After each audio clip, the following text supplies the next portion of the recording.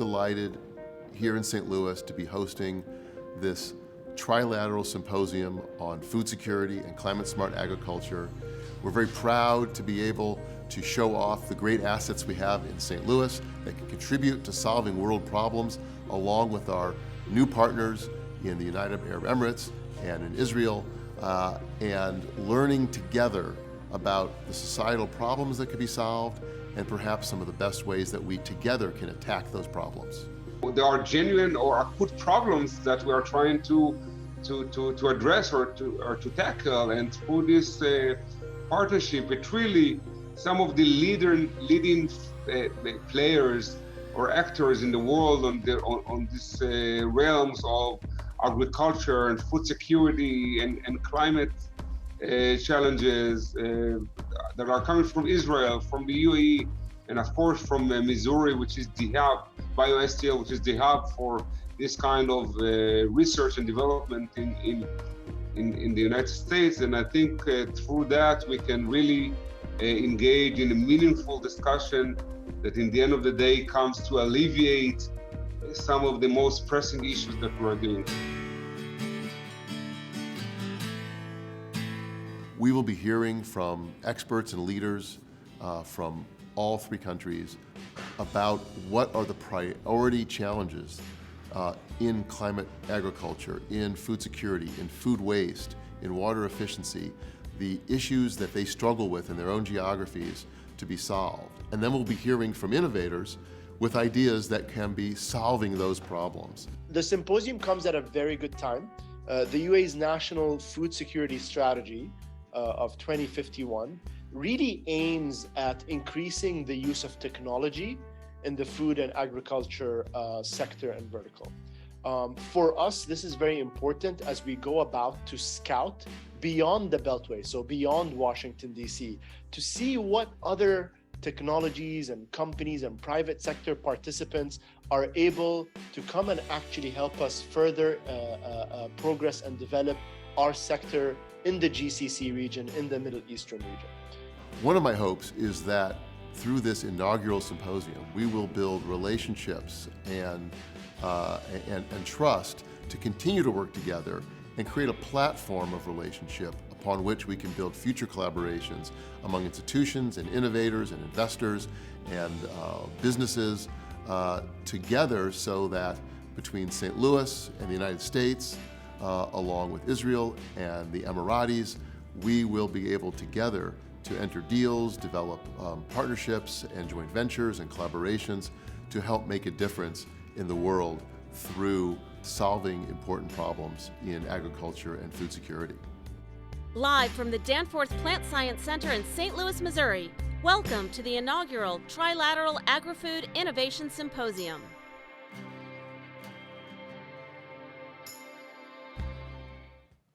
I'm joined up here on the stage right now with my co-organizers of this event, Maor Elbaz-Starinsky, who is the Consul General of the State of Israel, and Saud Al-Noais, who is the Commercial Attaché of the Embassy of the United Arab Emirates in Washington, D.C. One might say that this event has been years in the making. 21 years ago, we launched BioSTL to build an innovation ecosystem in St. Louis, leveraging our strengths and our assets in human health and in plant science and agriculture. 8 years ago, recognizing that to be successful in building an ecosystem, we need to be globally connected, we launched an initiative that we call Global STL to connect St. Louis to innovation hubs around the world. The first of those was the country of Israel, known as the Startup Nation, where even today we still have our most comprehensive connections and programs. 2 years ago, the landmark Abraham Accords peace treaty was signed between Israel and United Arab Emirates and several other partners, and relationships have blossomed, innovation and investment has blossomed. 1 year ago, my friend Maor introduced me to Saud and his colleagues at the UAE Embassy, who helped me in my first trip to Dubai and Abu Dhabi to help make that trip fruitful. And then here we are today as a result of a lot of that work, co-hosting, co-organizing this first Trilateral Agrifood Symposium focusing on food security and climate-smart agriculture, where we will explore potential partnerships, collaborations, and build a foundation of relationships as we learn about each other to hopefully provide that platform for future collaborations in together solving important global challenges. I want to invite Maor, who has been a career diplomat since 2006, if I have that right. And he doesn't brag about this, but I know that he's also a scientist in background, to say a few words. Well, I was a scientist. Now I hope I'm a better diplomat than I was as a scientist. trying my best. Thank you very much, Don. Thank you very much, my friend Saud. I am extremely excited and thrilled to be here today and really mark this landmark, extraordinary landmark of the Abraham Accord. I want to also, of course, recognize Congresswoman Ann Wagner, and without the support of the previous administration in Congress and the current administration in Congress and hopefully future administrations in Congress, without that it would not have been so successful. But these Abraham Accords are not only a really extraordinary political landmark and achievement, but also rather a professional achievement because, and this event exemplifies it in the best way possible. We are coming together from Washington, from Miami, from the UAE, from Israel, of course, from St. Louis, Missouri. We're coming together. We have put together acute questions that the whole world is dealing with, and we are trying actually to address them, maybe even to solve them. Maybe I'm too hopeful, but it doesn't cost much to be at least hopeful. So we are trying to address these challenges, this problem, trying to alleviate the suffering or these challenges of the whole world.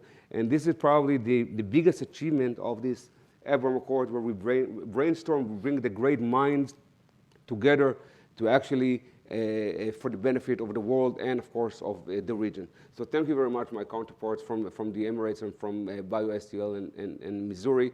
We're looking forward to a very, very fruitful day, and hopefully this is just the first step in this long partnership and collaboration. Thank you very much. Thank you very much. And I want to hand it over for a moment also to my colleague Saud, who I believe since 2009 has served as commercial attaché, focusing on strengthening trade and commercial relationships between the UAE and the United States. Yeah. No, thank you very much. I'm very excited to be with all of you here today. Quick raise of hands. How many of you have been to the UAE actually? Okay, not bad. So my name is Saud Nuais. I'm the UAE's commercial attaché based out of Washington, D.C. I've been there for the past 15 years. It's either I'm doing a very good job or my government has actually forgotten about the fact that I actually exist.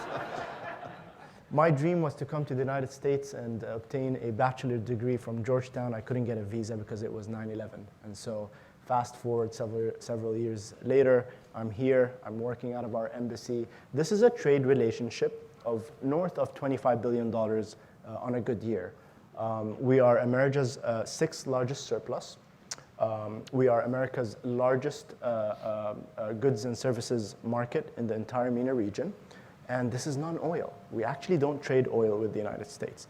Most of our oil trades are with Asian countries, in which a lot of those petrodollars are then recycled into American companies, startups, venture capitalists, PE, public markets. So as you can see, we're a very firm, strong economic ally when it comes to the United States, creating thousands of jobs across all 51 states, as well as jobs in the UAE. We don't only import goods from the United States, we also import the know and how. This is where innovation lives. Innovation doesn't live anywhere else in the world. America innovates, the rest of the world replicates. But there's no shame in that. We learn, we like to learn the various different models here in the US, attract them to the UAE, and now with the peace agreement with Israel, the past 2 years, can't believe it's already been 2 years. Lots has happened, and we're going to talk about it today, obviously. But with the help of Israel as well, we're now doing a lot of trilateral initiatives where everything is 10xing. We're 10xing all our efforts to basically create the economic activity that we need to create. Wonderful, wonderful. And I want to invite up for additional welcome. We are again in this beautiful Donald Danforth Plant Science Center facility. Not only is it a beautiful facility, but it happens to be the largest independent plant science institute in the world. And I'd like to invite the leader of the organization, Jim Carrington, the president and CEO, to give a few remarks. Thank you, Don. And thank you all for coming. I want to express a special welcome to our delegation from Israel, from the United Arab Emirates, and our own congressional representative, who you'll meet in just a moment. Thank you so much for your participation here. When Don first mentioned the idea of holding this symposium, which actually wasn't that long ago, I thought it was a fantastic idea to host it here. And here's the reason. Our mission at the Donald Danforth Plant Science Center is to improve the human condition through plant science. The way we do that is primarily through scientific research to figure out how plants work, how plants adapt and cope with changing environments, as an example. Nothing could be more relevant to the topic today. But in addition to the fundamental science that we do, we also seek ways to translate that science into meaningful solutions that affect real people in regions around the world that benefit from scientific advances, and that's everyone around the world. This Trilateral Symposium is a fantastic example of how we can discuss, understand, and learn more about how science, how policy, how different parts of government and the private sector can work together to advance and make progress on one of the biggest grand challenges that we all face, and that's climate change and the impact it will have on everybody. So, thank you so much for coming. I look forward to the rest of the symposium, and Don, special thanks for organizing this. Thanks, Jim. We'll have an opportunity to hear more from Jim later this morning as well. It's now my honor to introduce Congresswoman Ann Wagner. First of all, I'm so glad that you're able to be here with us this morning. We're smack in the middle of your district, doing something that you really care about. I'm really glad that you're able to be here to share this with us. Here's the formal part of the introduction. Missouri's 2nd Congressional District has always been home for Congresswoman Ann Wagner. Her career is deep and broad in service to her hometown, her state, nation, with over 30 years of work in the private sector, community and public service, and the political arena. After serving for 4 years as the U.S. Ambassador to Luxembourg, she was elected to Congress in 2012. She serves as the vice-ranking member on the House Financial Services Committee and on the House Foreign Affairs Committee. And as I think we all know here, she is a founding co-chair of the Abraham Accords Caucus. That's a bipartisan, bicameral caucus focusing on the Abraham Accords. And Ann has been just a great supporter of BioSTL's policy work on Capitol Hill now for the last several years. And we are just delighted that you could join us this morning.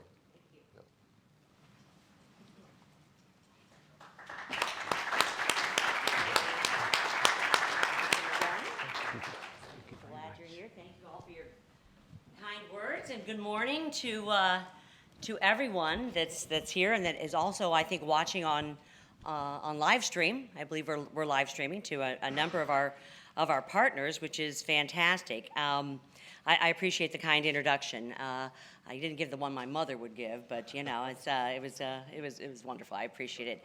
I am Ann Wagner, and I am proud to represent Missouri's 2nd Congressional District, which includes portions of the greater St. Louis metropolitan area. And I do want to thank Don Rubin and his fantastic work that we've been able to partner in at BioSTL, certainly the Consulate of Israel and the Embassy of the United Arab Emirates for convening this first trilateral symposium for food security and agriculture innovation that includes these Abraham Accord partners. And I have to say, to elaborate on your kind words, not only does innovation live in America, innovation lives at BioSTL and in the St. Louis area. We are the center of that, I believe, for the United States of America. And to have this kind of trilateral partnership, I think it is going to just grow exponentially as we continue. So I'm just thrilled to see it. I can say that the expertise in this room and intellectual firepower, I have to say, is outstanding. And I have no doubt that your experience here today will be productive and informative. I'm thrilled to welcome you all to St. Louis, those that are not already living here in the greater metro area. It is, in fact, where I grew up, where I worked, I raised my family, and now have the privilege of representing this region in Congress. St. Louis is a global leader in plant sciences and in agribusiness. I can think of no better city, as I've expressed already, to host these important discussions on our shared challenges in food security and agriculture. The signing of the Abraham Accords more than 2 years ago heralded an unprecedented opportunity for growth, I think, in the Middle East and beyond. It is now up to the citizens, entrepreneurs, and innovators of Abraham Accord countries to establish relationships of trust, appreciation, growth, God bless you, and grow each other's economies and lay the foundations for a prosperous future. My colleagues and I in Congress are adamant that the United States capitalize on the momentum and the excitement that we've built in the 2 years since the accords were first signed. Deepening and expanding the Arab-Israeli friendship and collaboration absolutely must remain a top foreign policy priority. And I've worked across the aisle to push the Biden administration to keep these relationships on the very front burner, and they have. Last year, in recognition of the first anniversary of the Accords, we co-founded the bipartisan, bicameral Abraham Accords Caucus. And I have to say, I am just amazed at what we've been able to accomplish in just 1 year. Right from the very beginning, we knew that we wanted scientific advancement, especially in the agriculture and life sciences, to be a major focus of our caucus.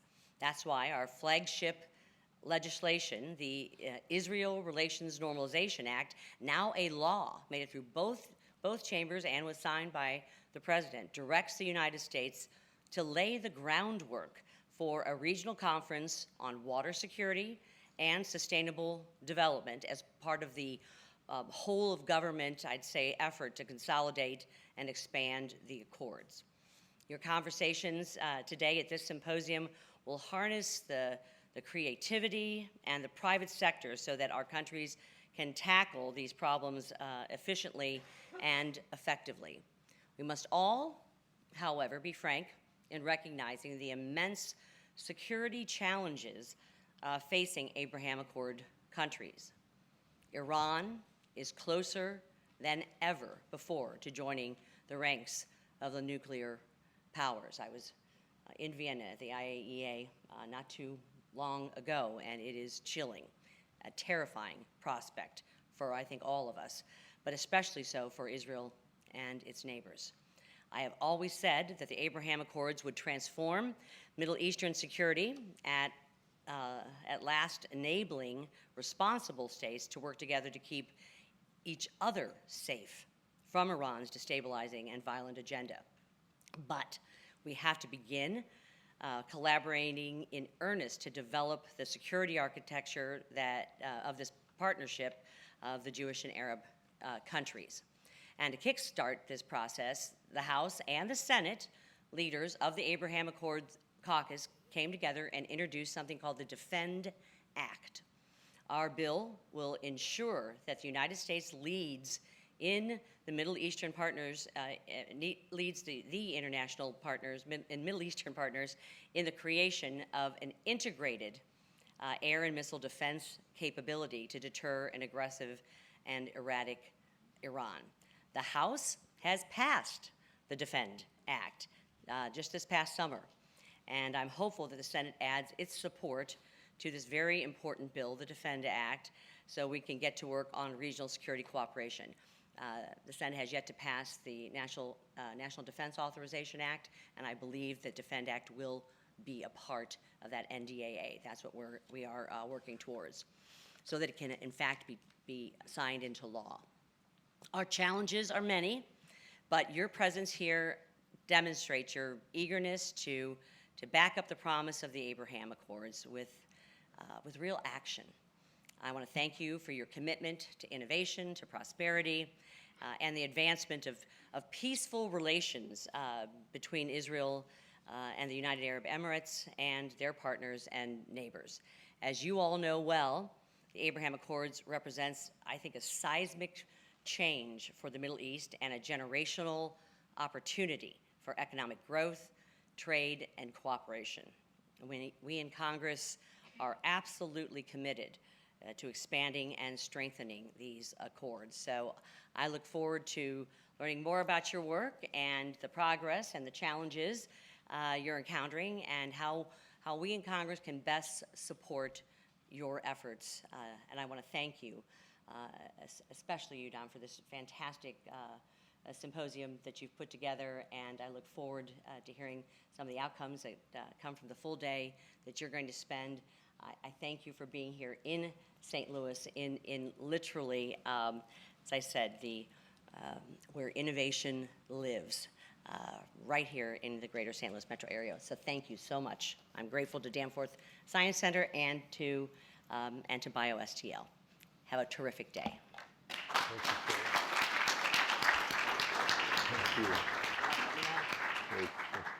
Thank you to Congresswoman Wagner for being here, for sharing her insights from her own insider leadership view on the Abraham Accords and these important issues that really provides a framework for the rest of today as we try to build these collaborations.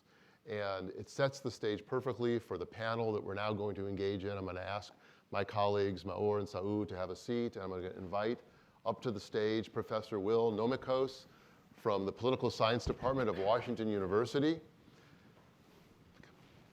I'll get out of the way. And Will is Professor Nomikos, or I'll call him Will. We just met this week. I'm really excited to have him here. His specialty is in areas of international security, and he has a book that he recently published about peacekeeping and conflict in a climate-changed world. So who better to facilitate and moderate this panel? Thank you all for participating in it. Great, and oh, I see my mic's working. That's really nice. Thank you, Don, so much for inviting me here to moderate this fantastic panel, and I wanted to thank the Congresswoman for her remarks. And truly, we're grateful for what I think has been a landmark achievement over the past couple of years with the Abraham Accords. And as part of that, with this panel, we want to just have a nice moderated discussion to talk about what we have achieved and ways forward, specifically between our partners here. So to begin with, I just want to take a very brief moment and go around to the panelists and start by getting your insight into what you think has been the most important impacts of the Abraham Accords in the past 2 years, given that we are, in fact, celebrating the 2-year anniversary of the signing of these accords. So perhaps we'll start with Maor. Can begin with the remarks. Sure. Well, thank you very much, Will. And again, good morning, everybody. Of course, we talk often, and rightfully so, about the incredible political achievement that are the Abraham Accords. But I think the greatest thing that the Abraham Accords have actually achieved is what we call the people-to-people relations.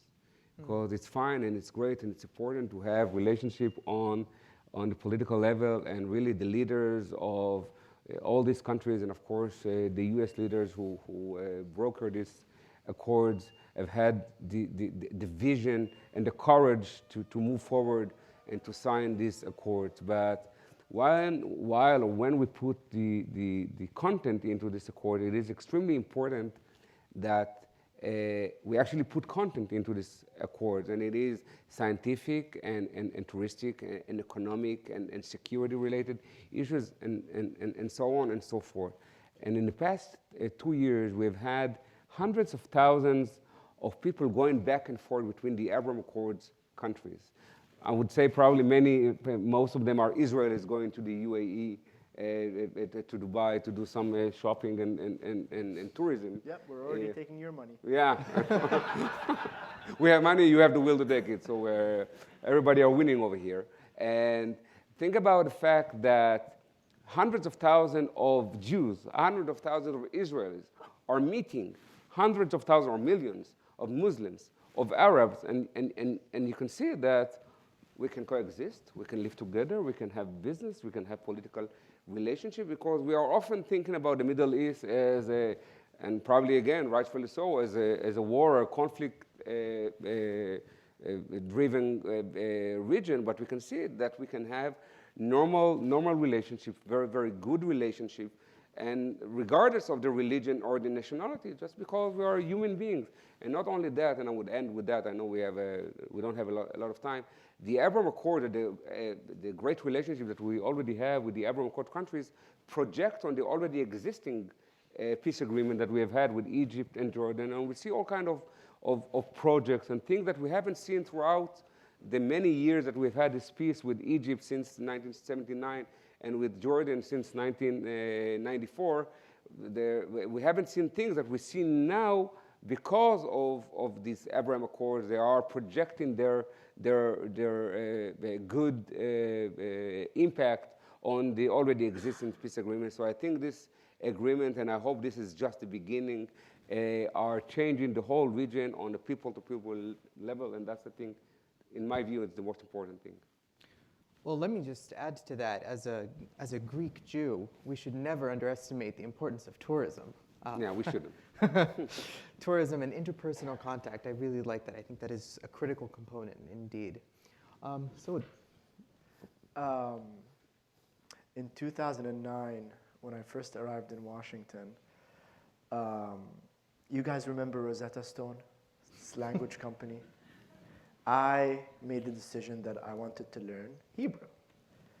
And I remember sitting at the embassy with one of my colleagues, and he said, so what language did you pick? And I said, well, I purchased the Rosetta Stone, the Hebrew language, because it's very close to Arabic. And I started taking the first, just sitting at home and on my laptop and listening to the language, and from 1 to 10, because that's the easiest thing. You want to learn how to count from 1 to 10, and it's very, very similar to Arabic. Fast forward, 2020, we signed this peace agreement, and I remember we were all at the White House, and we were super excited because we were all asked the day before to reach out to our counterparts. And for 15 years, I used to drive every single morning past the Israeli embassy, which is a couple of meters away from our embassy in Washington. I never thought I'd be the first UAE diplomat to actually walk into that embassy and meet my counterpart. And I remember the conversation I had with her. It was one of the most positive conversations I've ever had for a very long time. We were talking about things that matter to us. She was offering me assistance on some of the economic policy issues that I was facing with some of my colleagues at the Commerce Department and USTR and Treasury, so forth. So really quick, I think there's 3 things. On the political level, we were all excited because we had to build trust. And to build trust, we all have to reach out to our counterparts. The Minister of Economy was reaching out to the Minister of Economy in Israel. The Minister of Agriculture and Climate Change in the UAE was doing the same thing. We were literally trying to find our counterparts on LinkedIn or who knew who. Whether it was the business councils or some of our other friends that already had an agreement with Israel. So on the political level, trust had to be created, and that was the best way to engage in order to build trust. The second aspect was the cultural aspect, exactly what Mayor referred to, the face-to-face interaction. And then, of course, the third impact was the economic one. I'm a numbers guy, and I believe that numbers don't lie. $1.3 billion worth of trade in 2021. Just this year, 2022, 6 months into the year, we've already surpassed that number. Our target was to have at least 1,000 Israeli companies visit the UAE. We're very close to achieving that target. And at the end of the day, every dollar spent between the US and the UAE translates into jobs for both our people. And that's the same thing with Israel. Every dollar spent between us and Israel is somebody else's job. And to that point, I think that speaks also to the importance of this day and to all of you, and what I think BioSTL can do to help deepen the relations between our countries and our communities. Right? This is a trilateral symposium after all. And perhaps we can pick up on that last point. So can each of you speak a little bit to what sectors you envision the Abraham Accords help deepen relations between our countries, our business communities, our business partners, or perhaps you can give some examples on sectors where already the Abraham Accords have helped further collaboration. So who do you want to go first? Sure, I think energy, agriculture, and overall trade. I just shared with you some of the trade figures. The fact that, on trade, we just concluded an FTA, the Free Trade Agreement between Israel and the UAE. I think that was the fastest one ever concluded. I think this FTA over the next 5 to 10 years could literally bring us closer to our objective of almost $8 to $10 billion of total trade. So that's on the trade level. On the energy level, the UAE brokered the construction of a solar plant between Jordan and Israel, where I believe Jordan will be getting water out of it, and Israel will be getting electricity and energy. So I think the energy sector is going to be a very important, critical sector between both our countries. The UAE is home to IRENA, the International Renewable Energy Agency, which is very similar to the IAEA, only its mandate is to oversee alternatives, technology, so wind, solar, geothermal, waste to energy. Just last week in Washington, D.C., we had the CEO of one of our companies. We're one of the very few Middle Eastern countries in the region that actually produce electricity and megawatts from nuclear power. And so I think the energy sector is going to be a very critical and important one for both our countries. On the agriculture, we have a lot to learn from Israel, given that the conditions are very similar as well. And obviously, Israel has been able to basically create their own cutting-edge technology in-house. That's something that we'll probably will be working on. We signed an agreement with Israel with regards to agricultural trade as well as research and innovation. And obviously, cybersecurity has been there for a while. Yeah, well, I want to pick on everything that Saud has said. Of course, we should not also neglect the defense sector. Some of the things, of course, or most of them, we will not speak in this symposium. Today, we will try to speak about positive things. What we do share also threats, and we partner on sharing all kind of intelligence and know-how and expertise on consolidating our defense. Tourism is a big sector. As we said, hundreds of thousands of people, mainly Israelis, travel between the Abraham Accords countries.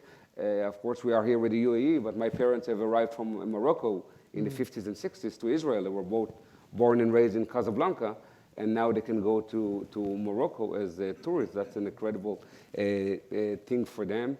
Agriculture, in the agriculture itself, and we'll probably hear about it later today, there are many subsectors, and Saud says how the conditions are similar, how we manage agriculture in arid places, such as the desertification, taking advantage of the solar energy that we can exploit in the region. And Saud mentioned a beautiful project, and that relates also to the things that I said before.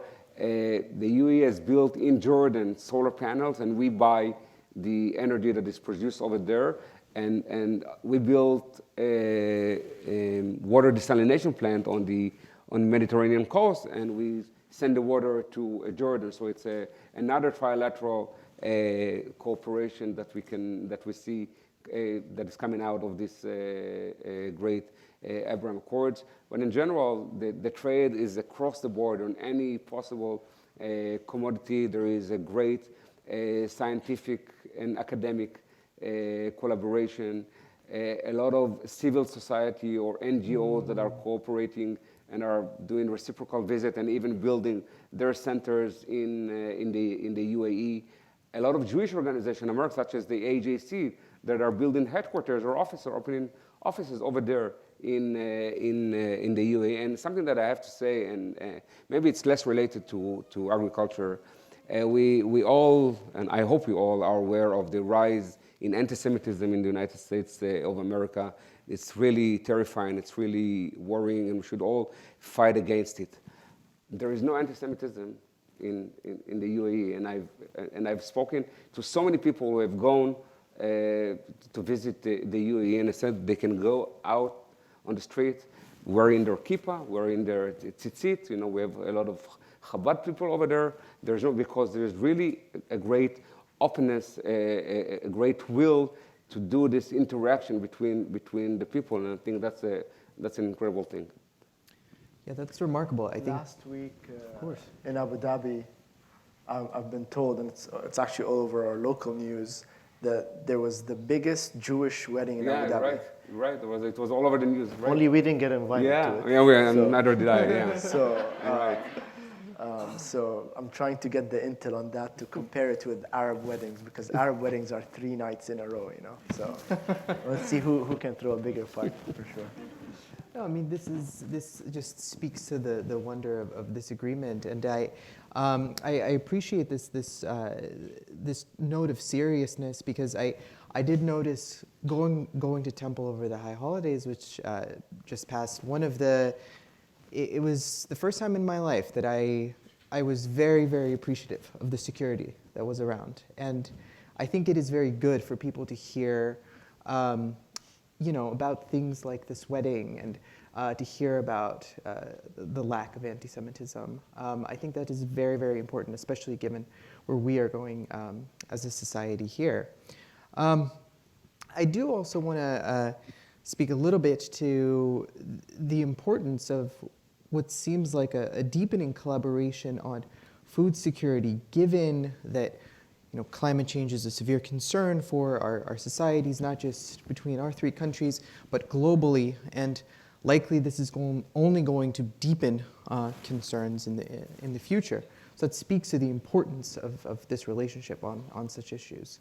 Was there something here in particular? Okay. But on this particular topic, or any other collaboration that you've seen already, where are some areas where you envision our partners deepening their relationship over the coming years, and perhaps something that has already been started, or something like agriculture, anything that comes to mind? Where is an area that you think our partnership can deepen and grow? And perhaps we'll start with you, Mark. Sure. Well, you mentioned the climate challenges, and we are coming up to the COP27 in just a few weeks, to which we are going to be sending huge delegation. And as odd as it may sound, my office is in Miami, so I came from Miami yesterday. The Consul General of Israel in Miami is in charge of Missouri and Kansas. Don't ask why. I'm not sure. A good answer me about Iran. It's easier for me to answer. But the UAE, Israel, Miami is facing, for example, a deep threat, a sincere threat of the sea level rise. And this is something that no state or country can deal with it by itself. We all have to consolidate our efforts, and we have to brainstorm together. The whole issue of the climate challenges, what we have been trying to advocate for many years, the fact, and I've served in Africa, I saw really wars and famine over there. What we're trying to explain or to express or to advocate is that this climate doesn't mean that climate challenges or the threat that it poses doesn't mean that the world is just going to be 1 or 2% warmer. It means that we will have we will face more immigration, and it will have a deep impact on crops and we'll have more food insecurity.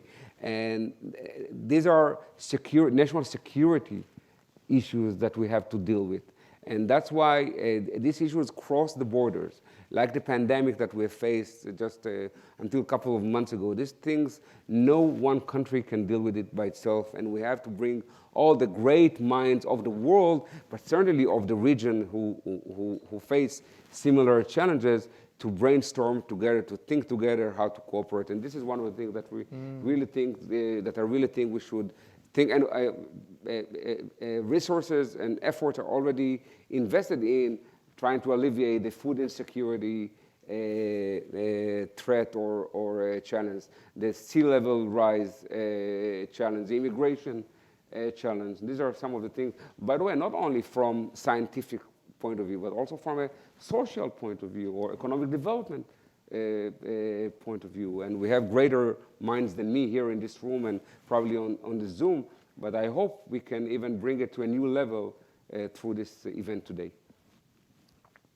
So, on the climate change aspect, first of all, we will be starting perhaps after the Egyptians conclude hopefully a successful COP27 later this year. The UAE will be hosting COP28, which is the big event on climate change. First of all, we hope that BioSTL will lead a delegation, hopefully by the governor or by someone here in the state, that will basically be able to attend COP28 in the UAE. And COP28 really in the UAE is going to be a great opportunity for the UAE to basically reach out and work with all countries, not just Israel, on a lot of the issues that we are currently facing today. All these issues are way beyond our ability to solve them by ourselves. Hence the collective and collaborative nature of some of these events, and what they provide is the ability for us to really come together and try to brainstorm. We recently concluded a very successful expo in Dubai. Millions, I think the number was over 75 million people attended over a 6-month period. So the UAE really knows how to host these events and make the most out of them, and hopefully we'll see a lot of you there. On some of the other sectors, I think, that are going to be important, where the UAE and the US, as well as Israel, can really deepen its ties in. Space exploration is one. The Mars probe in the UAE. And I know that some of our companies, as well as our UAE Space Agency, has already been in touch with their counterparts in Israel to discuss their various different projects over a 10-year period.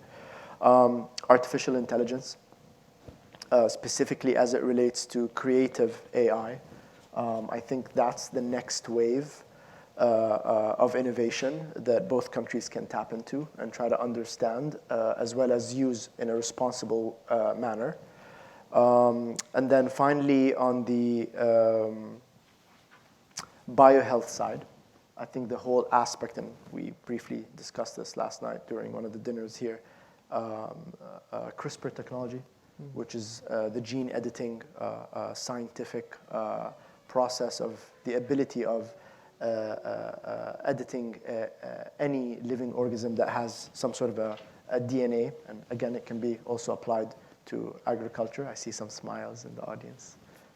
Probably one or two CRISPR companies here today, hopefully. But these are sort of the sectors that, in my opinion, can definitely take the relationship with Israel to another level. Finally, the Abraham Accords will be judged on how much the entire region benefits from it. We want more and more people to join it. It's not just about the UAE and Israel and Bahrain and the countries that signed. We need to expand the Abraham Accords across the entire region. The UAE and Israel have been at the forefront of either innovating or deploying technology in the region. The next growth area is for both countries together, similar to the Jordan example, together to deploy these technologies in some of the countries in the region and even beyond the region who are just unable or don't have the capacity or the resources. We have a responsibility to do so. Well, I appreciate that. As someone who has done a lot of their research in Sub-Saharan Africa. I think this is a very critical point. I mean, and I do want to highlight here one of the things that we're seeing is that a lot of the collaboration between our countries is really at the forefront of the technological frontier, whether it's artificial intelligence, biohealth, as Saud mentioned, or the issue of cybersecurity, which of course is critical, I think, to the security and stability of the region. But really what's remarkable is this is not a low-tech or low-fi collaboration. I mean, this is very much cutting edge in the 21st century, and I think that's part of the reason why it's very nice to get together the people in this room as well and those on the stream, because this is very much a forward-looking collaboration. I do want to return to another point, which is the global nature of these agreements. And in particular, I was hoping that each of you could say a little bit about the role that you think that the United States played in brokering the agreements, especially given that we had the Congresswoman speak earlier. Perhaps you could say a few words about what you think the U.S.'s role was in managing and helping negotiating the accords, and perhaps what you wish to see from the United States moving forward. And why don't we start with you this time, Saud? What do you envision as the U.S. role? First of all, I think I have to extend, obviously, my thanks to our friends in Congress that basically further institutionalized the concept of the Abraham Accords into the Abraham Accords caucuses.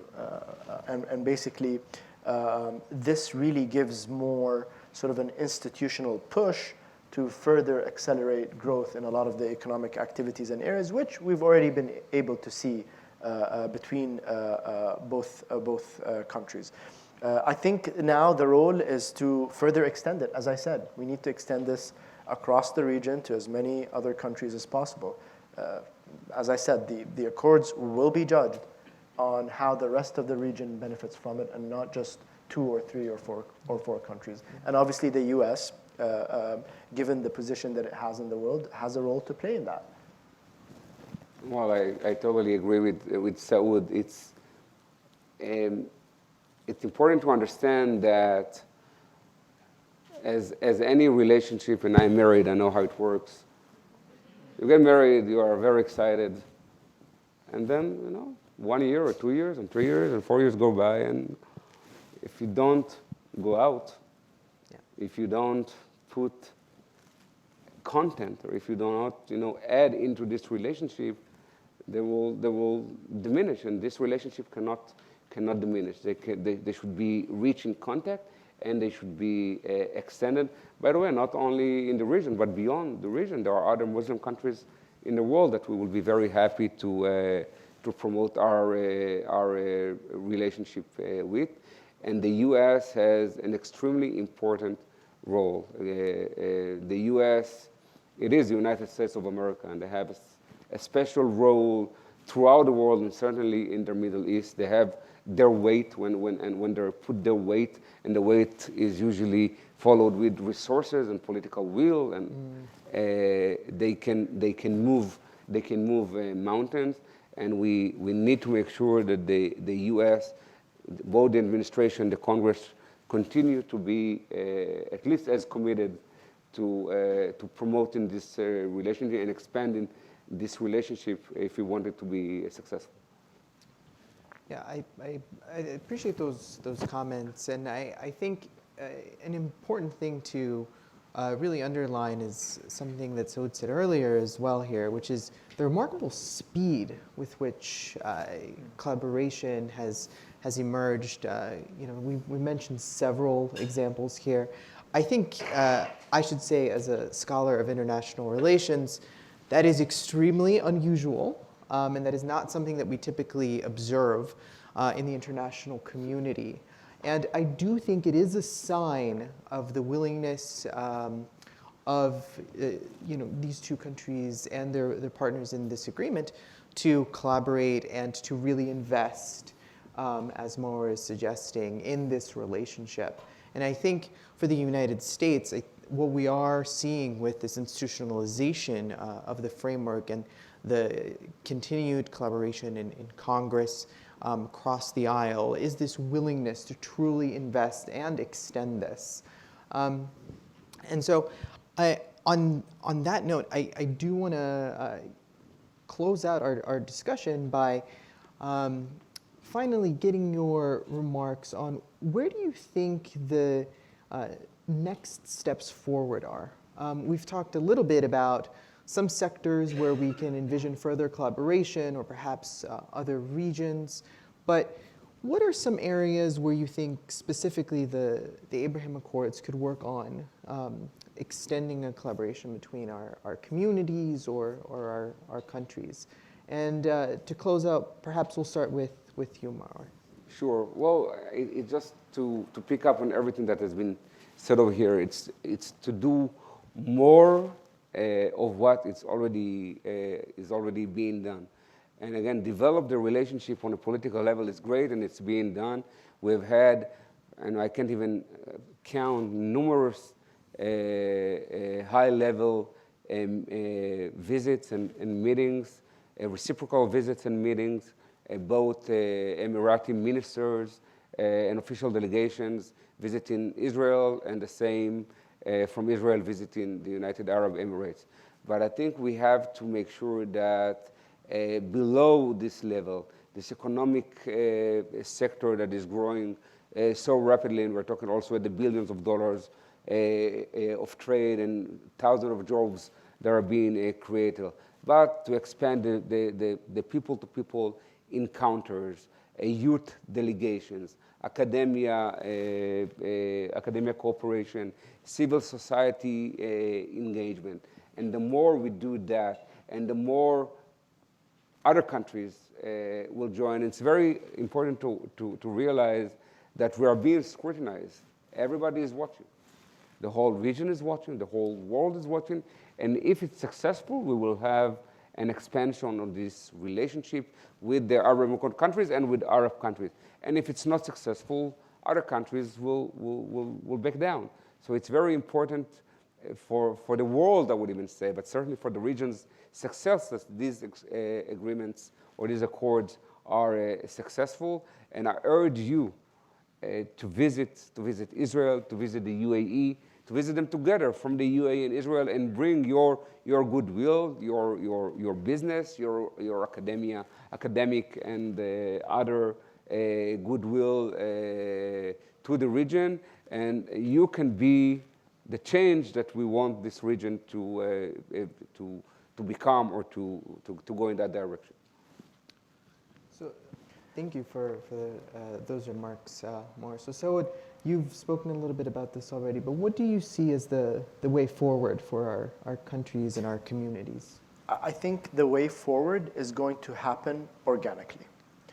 As governments, all we can actually do is basically build the legal infrastructure. And when I say the legal infrastructure, I'm referring to the laws, the legislations, lowering trade barriers, signing FTAs, signing MOUs, agreements, litigation. That's what the government can do. The rest has to come from the private sector, and it has to come from the overall population. We've done, over the past 4 months, have been very critical in getting a lot of that infrastructure out of the way. Now we can only hope that things will happen organically. I can speak about the youth in my country, because I know them very well. We're very curious. We're always looking for something new to research, or something, or a new country to visit. So I think when Mayor says, the student exchange programs or the youth exchange program, I think all of this stuff is going to happen organically if I'm right about my own youth and how curious they are.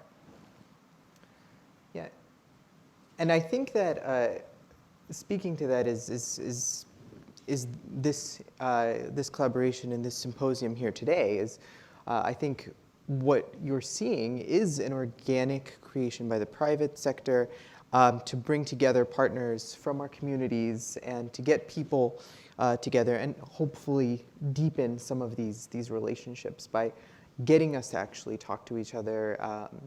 And on that note, before we conclude, I want to end on a slightly lighter note, which is I was hoping each of you could share one new thing that you have learned about the respective about your respective partners. Perhaps not partners directly, but the communities or countries. Is there something that you can share on that end? And perhaps we'll start with you, Saud, this time. I learned 2 more words in Hebrew. I can now say hayilda ukhilit, hayilid ukhil. The boy is eating and the girl is eating because I love food. I'm a foodie. But on I haven't been yet, and I'm really excited to go. And I have a very good friend in Washington, D.C., Ari Lionstone. He was gracious enough to actually invite the CEO of Oracle, Safar Katz, who's also American Jewish, that came to the UAE. And he took me out the other day to my first kosher experiment. And I went to the restaurant, and me being the person I am, always on time, I arrived 2 minutes before him, and I decided to go in. And the looks I got were pretty interesting. Until he walked in and gave me a hug, and then everybody wanted to give me a hug, so we were all good. So look, if there's anything I've learned, is that nobody benefits from conflict. Nobody benefits from conflict. Look at what's happening, Ukraine, Russia, and other parts of the world. Disruptive supply chains, high inflation. We're all feeling it. We're all suffering from it. Nobody wins with conflict. This is it. This is the blueprint. This is the blueprint for other countries to follow, 100%. Yeah, thank you, Saud. Well, unfortunately, I haven't been to the UAE yet either because of the pandemic that erupted into our lives just after the Accords, and I haven't had the chance. I remember I even was planning on a trip, and then there was one of the airplanes, or a few airplanes that went there in December 2020, was it? Was a mass spreader, so my wife grounded us to. But the incredible thing, or one of the most incredible thing is, and you touched upon it, Will, how quickly this relation have been so good. And I've learned, and we have to be honest, for years, Israel has been isolated in the region. Even though we have had, it's no secret, we have had all kind of unofficial relationship also with the UAE and with other Arab countries in the region. But there was some kind of a barrier, political, social, maybe even psychological barrier between Israel, the Jews of Israel, the Israelis, and their neighboring countries. And then when suddenly we signed these accords, and in no time we feel like best friends. We have learned they're just like us. They want peace, they want normalcy, they want to promote their business. We're human beings, and that's maybe the most important thing that came out of this agreement. We're having normal relationship. How incredible it is it? This is very, very true. And as a fellow foodie, I will say we have plenty of opportunities now to experience. But go with the Arab food, not with the kosher food. I urge you. Make sure you don't eat 2 days before it. All right, well, thank you both for your comments, and thank you for this wonderful discussion of the Abraham Accords. And I hope you'll join us in continuing the deepening between our communities. But thank you both. Are we doing questions? Or? No. We're not doing questions. Oh, we're not? Okay. Thank you very much. Thank you. Well, we're going to be around anyways. Yeah. Can you talk to us? Thank you.